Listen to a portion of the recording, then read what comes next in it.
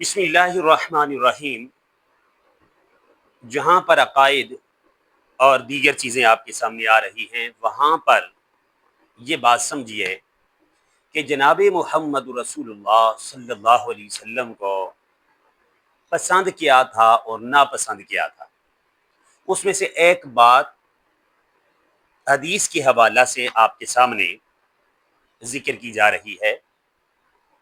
رسول اللہ صلی اللہ علیہ وسلم کو عشاء کی نماز سے پہلے سونا اور عشاء کی نماز کے بعد باتیں کرنا ناپسند تھی۔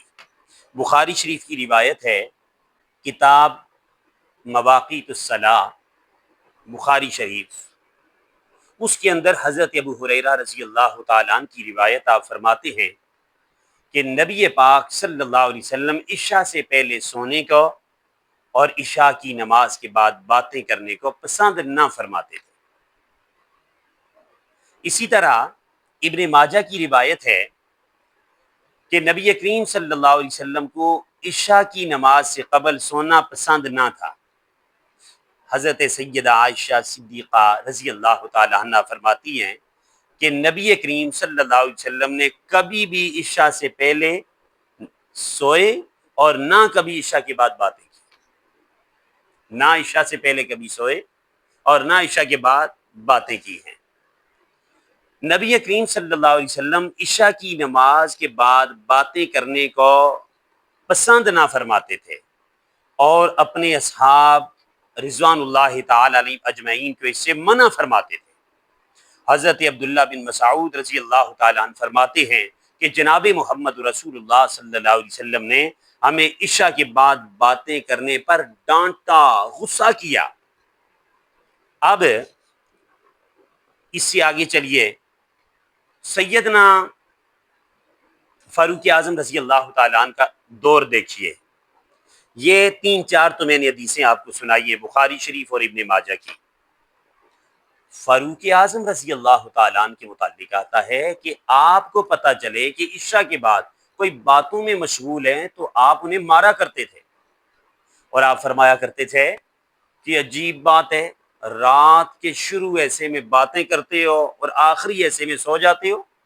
یعنی آخری ایسا اٹھ کر عبادت کرنے کا ہے، اور پھر اختتام پر جب آخری ایسا رات کا چلا جائے، فجر ہوتے ہی نماز کا ٹائم شروع ہو جاتا ہے، فرمایا ان وقتوں میں سوئے رہتے ہو اور آخری ایسے میں باتوں میں مشغول ہو جاتے ہو۔ یوں آپ بڑے غصے سے سوال بھی کرتے اور سزا بھی دیا کرتے تھے۔ علامہ ابن حجر رحمہ اللہ تعالی فرماتے ہیں فتح الباری کے اندر، شرح بخاری کے اندر، وہ وضاحت فرماتے ہیں اس روایت کی کہ عشاء کے بعد جن باتوں کو کرنے سے جناب محمد رسول اللہ صلی اللہ علیہ وسلم نے منع فرمایا، وہ باتیں مباح امور کی ہیں، حرام باتوں کی بات نہیں ہے۔ بعض لوگ بولیں گے جی حرام باتیں نہ کرو، حرام باتیں نہ کرو، دیگر چغل خوری نہ کرو، غیبت نہ کرو، ایسا نہ کرو، ایسی بات نہیں ہے۔ علامہ ابن حجر رحمہ اللہ تعالیٰ فتح الباری میں فرماتے ہیں یہ حرام باتیں تو 24 گھنٹے میں کسی بھی وقت کرنی جائز نہیں ہے۔ یہ حرام باتیں تو 24 گھنٹوں میں کسی بھی وقت کرنی جائز نہیں ہے۔ چاہے جائے کہ عشاء کے بعد، فرمایا عشاء کے بعد جو مباح امور کی باتیں ہیں ان سے منع فرمایا ہے۔ اسی لیے بڑے بڑے اللہ والوں سے ملاقاتیں ہوئی، ان کی کتابوں میں ان کی سوانح عمریاں پڑھی، انہوں نے واضح لکھا کہ ہم عشاء کے بعد باتیں نہیں کرتے اور ہمیں یہ پسند ہی نہیں ہے۔ اور بڑی بڑی مثالیں بھی اس پر دی جاتی ہیں۔ علماء کرام نے مثالیں دی ہیں کہ بکری کو دیکھیے کہ وہ رات کو جلدی سو جاتی ہے، نسل میں برکت دیکھیے کتنی ہے، اور دوسری طرف کتوں کو دیکھیے کہ وہ رات کو نہیں سوتے پوری رات، لیکن صبح کے وقت سو جاتے ہیں، تو نسل میں وہ برکت بھی نہیں ہے۔ دیگر بڑی امور ہیں۔ اس پر کہنے کا مقصد یہ ہے کہ عشاء کے بعد باتیں کرنا جائز نہیں ہے، یعنی پسندیدہ نہیں ہے، اس معنی میں لی جائیں۔ اور کچھ باتیں البتہ کوئی قرآن کی تلاوت کر رہا ہے تو نبی علیہ الصلوۃ والسلام سے ثابت ہے تلاوت قرآن آپ کر سکتے ہیں۔ اسی طرح آپ حدیث پڑھ سکتے ہیں، فقہ پڑھ سکتے ہیں، دینی امور کی مشاورت کر سکتے ہیں۔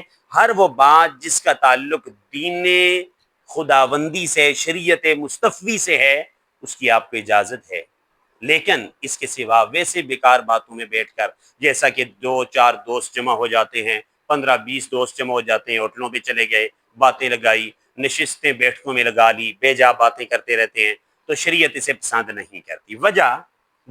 وجہ کیا ہے کہ آپ نے اس کو پسند نہیں فرمایا؟ وجوہات کیا ہیں؟ فرمایا ایک وجہ تو یہ ہے کہ ایسا ممکن ہے کہ فجر کی نماز کو ہی وہ صاحب نہ اٹھیں جو آدھی رات تک جاگ کر گپیں لگاتے رہیں، اور دوسرا یہ ہے کہ تہجد انہیں نصیب ہونا ہی ختم ہو جائے گی۔ تہجد کی نماز جو نورانی نماز ہے، جس سے اولاد، رزق، ہر چیز میں رب برکتیں عطا فرماتے ہیں، تو یہ نماز تو ان کی نسلوں سے سمجھے چھوٹ جائے گی۔ رات کو اگر باتوں کی عادت پڑ گئی تو تہجد کم از کم نصیب نہیں ہوگی، اور فجر کی نماز جب رہ جائے وہ تو ہے ہی فرض ہے۔ کیا فائدہ ان رات کی باتوں کا جن میں فجر کی نماز آپ کی رہ جائے؟